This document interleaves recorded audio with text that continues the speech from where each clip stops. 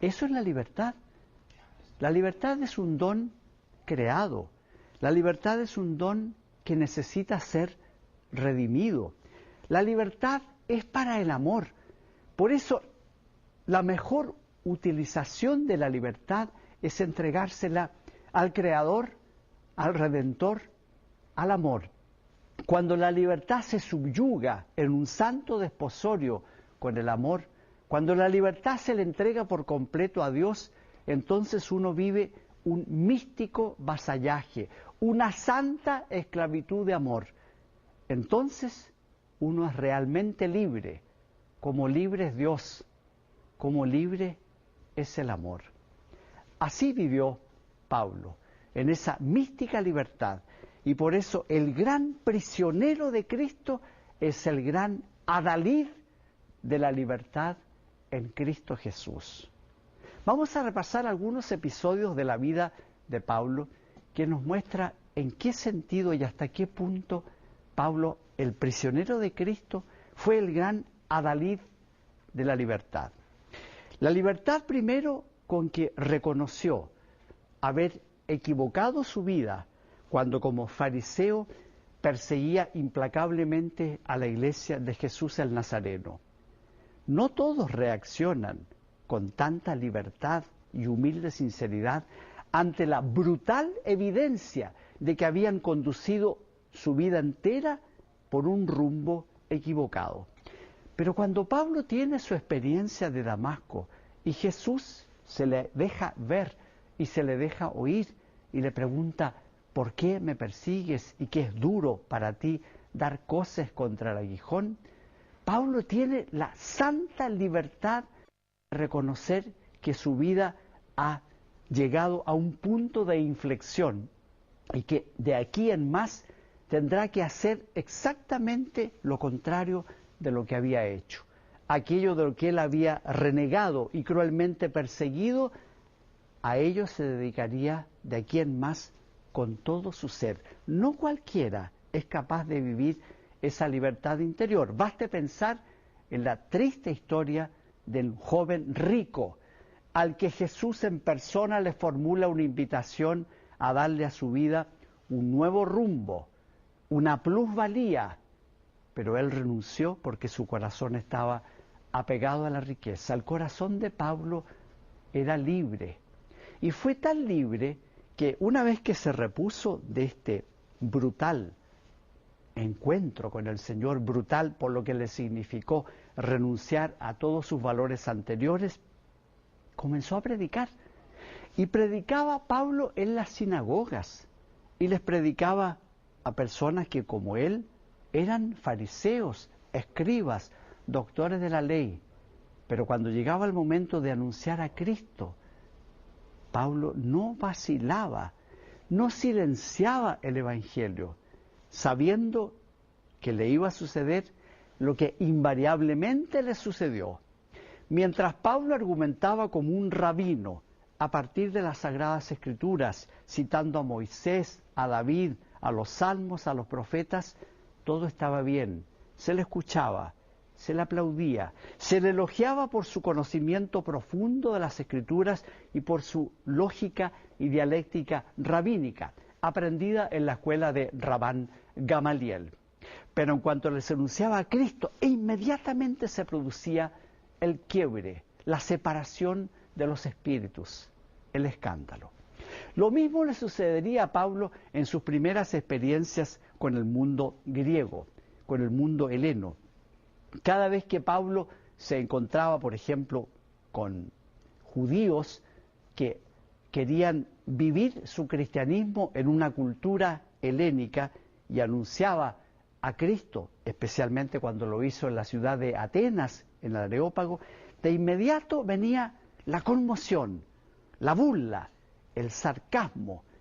Pero tú no eres, tú eres un charlatán, tú eres un sembrador de palabras, eres un pájaro que picotea, eres un charlatán, a ver si otro día te volveremos a escuchar. ¿Cuántas veces vivió Pablo esa experiencia terrible de que llegada la hora de anunciar a Cristo y satisfecho el deber de anunciar íntegramente a Cristo, se producía la separación de los espíritus y la hostilidad contra su persona. Por eso, ¿cuántas veces fue prisionero de Cristo por haber sido fiel a su misión de anunciar el Evangelio de Cristo?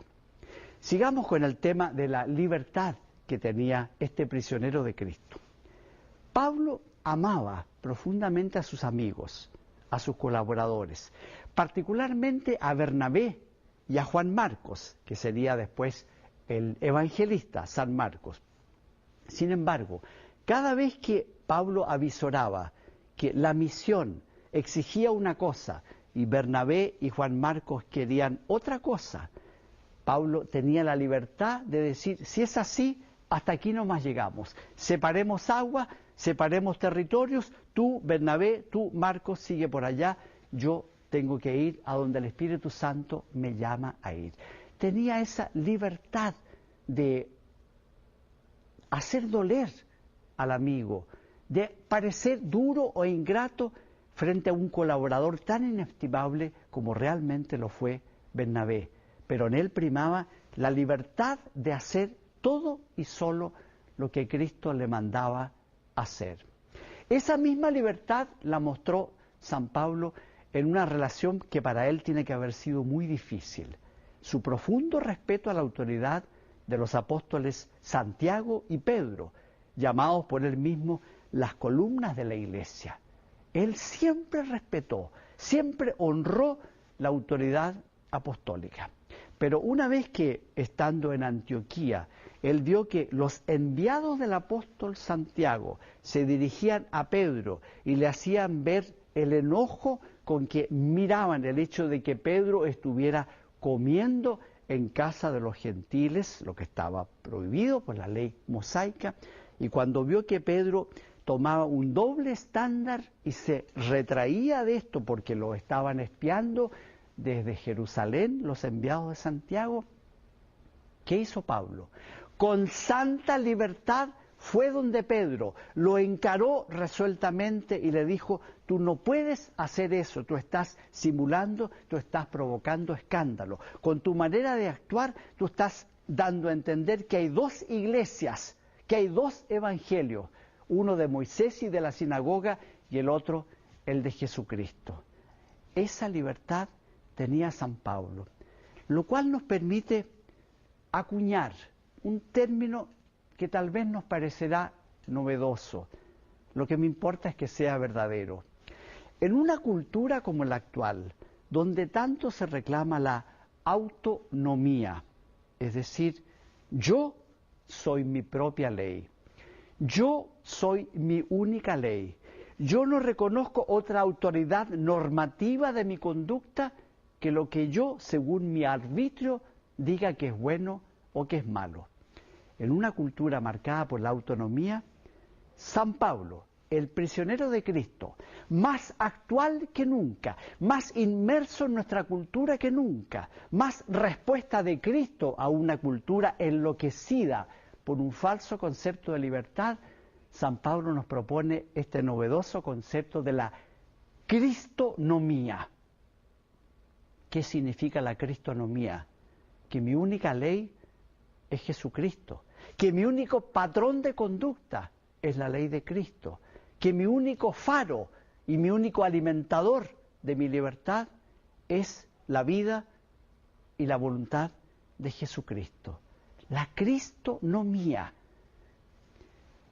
Hablando de la prisión, en una prisión uno no escoge nada. Uno no escoge la hora, la agenda, los días, el calendario, la comida, la compañía. Eso significa hoy y en todos los tiempos ser prisionero. ¿Y en qué sentido Pablo es prisionero de Cristo?